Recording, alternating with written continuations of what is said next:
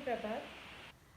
आज हम इस YouTube चैनल से पढ़ाई करेंगे क्योंकि कोरोना का समय है और मैं उम्मीद करती हूँ कि आप सभी घर पर रहकर स्वस्थ और सुरक्षित रहें।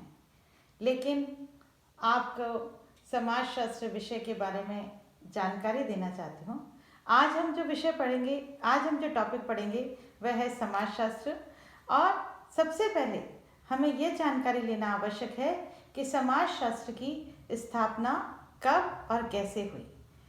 हम अगर ये देखें कि समाजशास्त्र समाज का ही विज्ञान या शास्त्र है और समाज या सामाजिक जीवन का अध्ययन किया जाता है। इस समाज के अध्ययन को करने के लिए एक ऐसे शास्त्र या विज्ञान की आवश्यकता हुई जिसमें सामाजिक जीवन के समस्त पहलुओं को देखा जा सके। तब समाजशास्त्रियों के मध्य यह विचार उत्पन्न हुआ कि इस नवीन विषय को क्या नाम दिया जाए। इस विषय के नामकरण को लेकर समाजशास्त्रियों के मध्य में चर्चा हुई और इस पर अनेकों नाम सुझाए गए। जॉन स्टुअर्ट मिल ने इसे एथोलॉजी शब्द का प्रयोग किया, लेकिन उसे स्वीकार नहीं किया गया। अगस्त कॉम्ट, जो कि फ्रांस के प्रसिद्ध विद्वान हैं, आपने समाजशास्त्र नाम का सुझाव दिया, जिसे सन 1838 में इस नवीन शास्त्र का नाम समाजशास्त्र रखा गया। समाजशास्त्र के प्रारंभिक लेखकों में कॉम्ट के अलावा दुर्खिम, स्पेंसर तथा वेबर के नाम भी विशेष रूप से माने जाते हैं। इन्होंने समाजशास्त्र को एक विषय के रूप में विकास करने में अपना काफ़ी योगदान दिया है। हम समाजशास्त्र की शब्द की रूपरेखा समझें तो हम जानेंगे कि समाजशास्त्र शब्द दो भिन्न भिन्न भाषाओं से लिया गया है और विभिन्न भाषाएं हैं। प्रथम लैटिन भाषा, जिससे लिया गया है सोशियस और जिसका तात्पर्य है समाज। दूसरा है ग्रीक भाषा, जिसका अर्थ है लोगस तथा उसका अर्थ शास्त्र बनता है। इस तरह से समाजशास्त्र दो अलग अलग भाषाओं से लिया गया है और इसका शाब्दिक दृष्टि से अर्थ समाज का अध्ययन करने वाला विज्ञान कहा जा सकता है। 19वीं शताब्दी के उत्तरार्ध से हर्बर्ट स्पेंसर ने समाज के क्रमबद्ध अध्ययन का प्रयत्न किया और अपनी पुस्तक का नाम सोशियोलॉजी रखा। स्पष्ट है कि शाब्दिक दृष्टि से समाजशास्त्र का अर्थ समाज का व्यवस्थित एवं क्रमबद्ध ढंग से अध्ययन करने वाला विज्ञान है। अब हम यह समझने का प्रयास करें कि समाजशास्त्र की परिभाषा किस रूप में दी गई है। तो यदि हम इसकी परिभाषा की तरफ जाते हैं तो हमने यह पाते हैं कि इसकी परिभाषा को मुख्यतः 4 भागों में बांटा गया है। पहला, समाजशास्त्र समाज के अध्ययन के रूप में। इसको बताने वाले जो मुख्य विद्वान रहे हैं उनमें प्रमुख हैं गिडिंग्स, समनर, वार्ड आदि।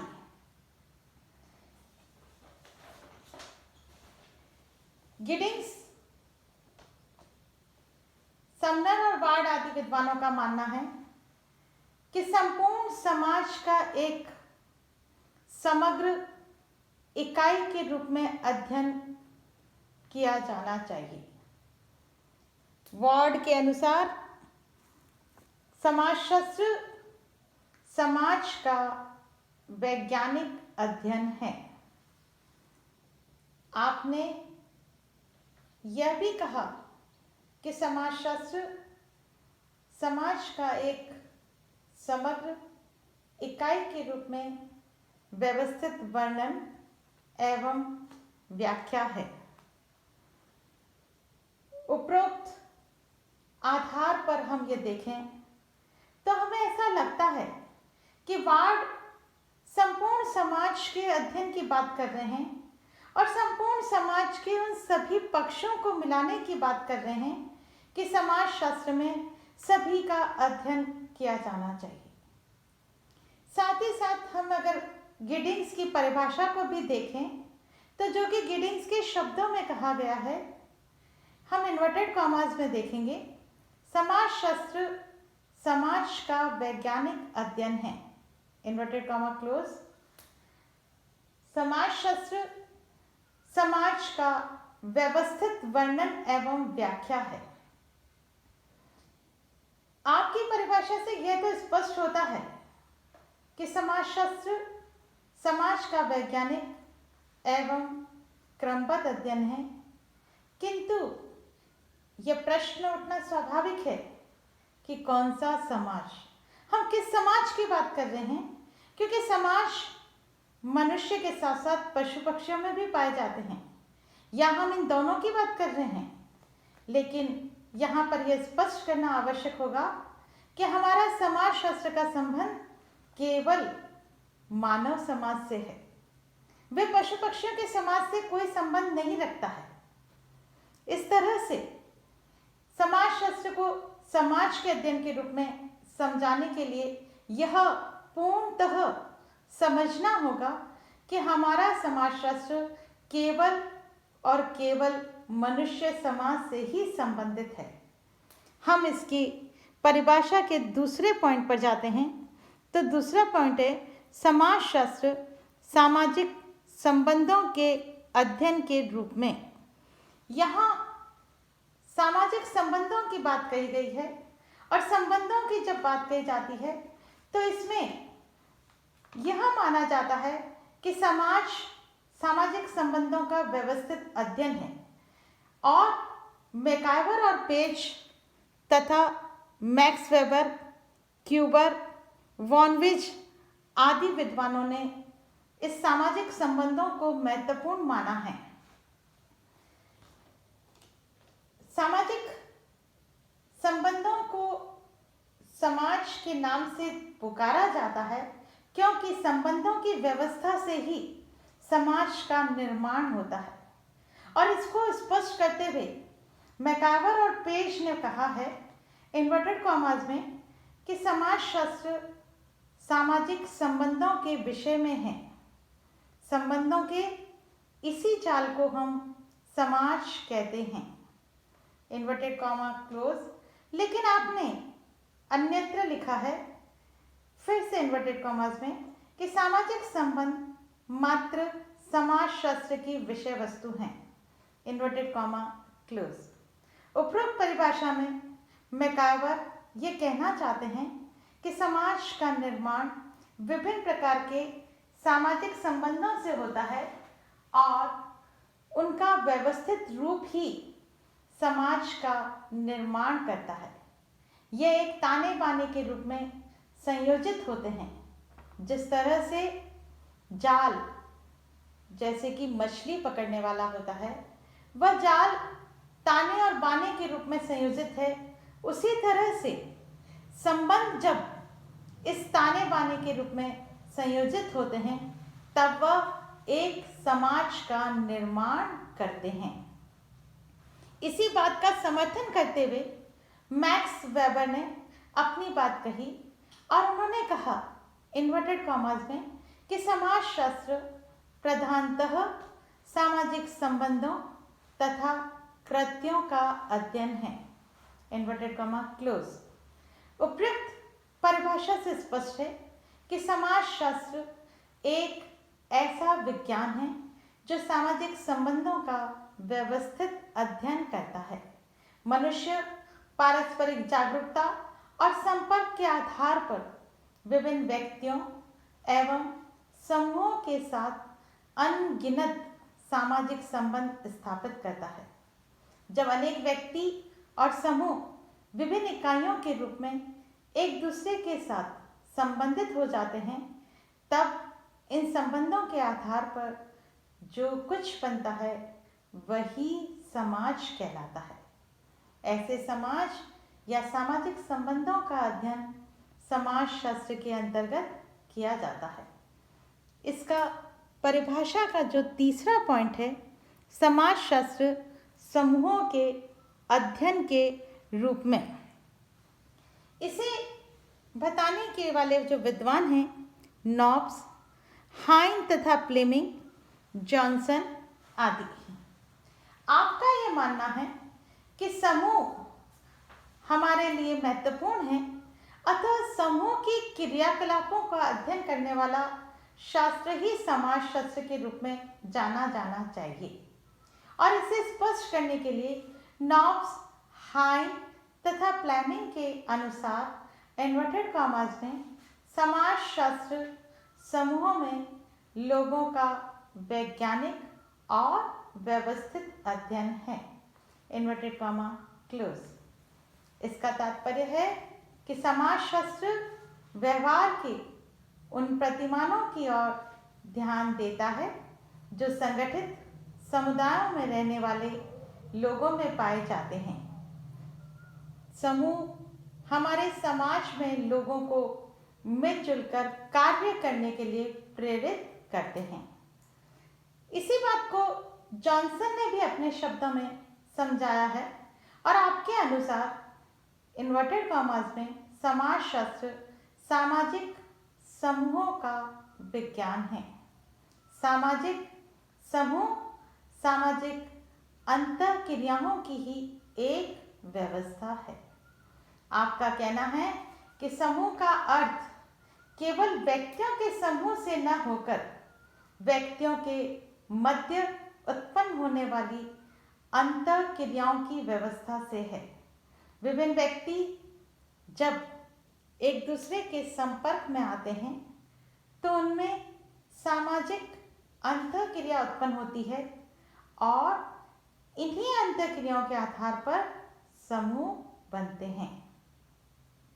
समाजशास्त्र सामाजिक अंतःक्रियाओं के आधार पर बनने वाले ऐसे सामाजिक समूहों का अध्ययन ही है। जॉनसन ने समाजशास्त्र में उन्हीं सामाजिक संबंधों को महत्व दिया है जो सामाजिक अंतःक्रियाओं के परिणाम स्वरूप उत्पन्न होते हैं। समूह के निर्माण में सामाजिक अंतःक्रियाएं आधार के रूप में हैं और इन्हीं के आधार पर बनने वाले सामाजिक मूल्यों का अध्ययन समाजशास्त्र में किया जाता है। इसका मतलब व्यक्ति समूह में रहता है तथा उसकी विभिन्न गतिविधियां जो है वह समूह के माध्यम से ही होती हैं और अपनी आवश्यकताओं और लक्ष्यों की पूर्ति करता है। वह परिवार समूह, नाते रिश्तेदारों के समूह, जाति समूह और खेल कूद के साथियों के समूह, पड़ोस समूह, व्यावसायिक समूह, धार्मिक समूह एवं राजनीतिक दल में भाग लेता है और यहीं उसका विकास होता है। प्रत्येक समूह सामाजिक अंतःक्रियाओं की एक व्यवस्था है। अतः जब हम समाजशास्त्र में सामाजिक समूहों का अध्ययन करते हैं तो अप्रत्यक्ष रूप से सामाजिक अंतःक्रियाओं के व्यवस्थित अध्ययन के महत्व को भी स्वीकार करते हैं। इसका परिभाषा का जो चौथा प्रकार है, समाजशास्त्र सामाजिक अंतः क्रियाओं का अध्ययन है। इस रूप में बताने वाले विद्वान हैं गिलिन और गिलिन, गिन्सबर्ग, जॉर्ज सिमेल आदि। मानव एक सामाजिक प्राणी है। वे अपनी आवश्यकताओं की पूर्ति के लिए दूसरों पर निर्भर रहता है।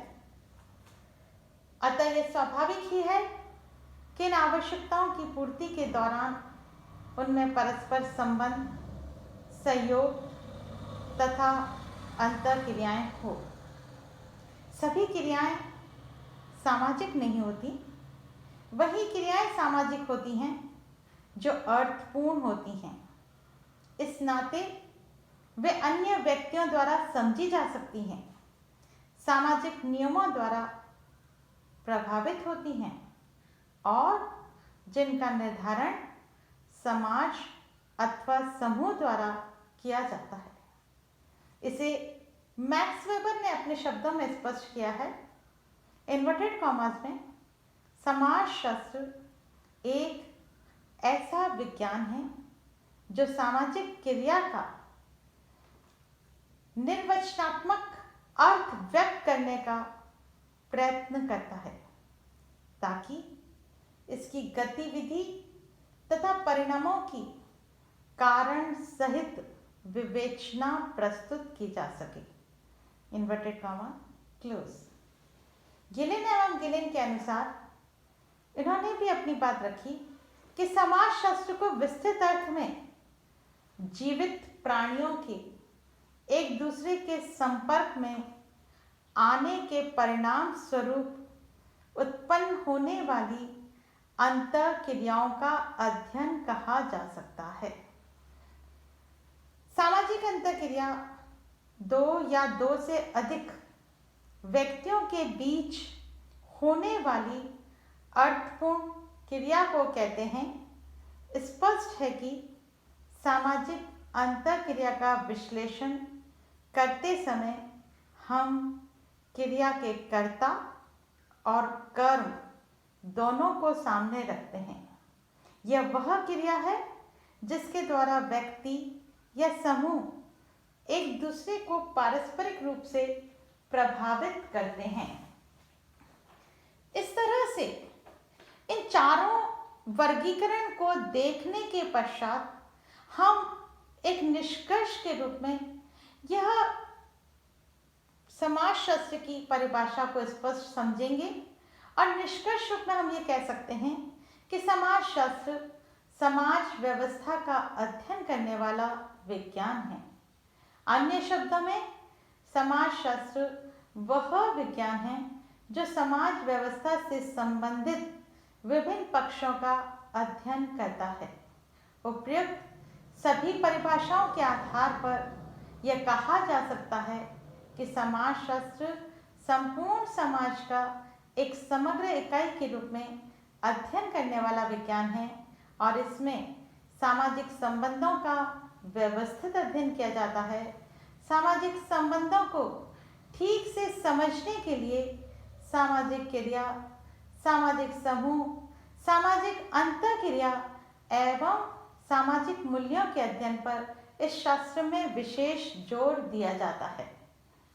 धन्यवाद।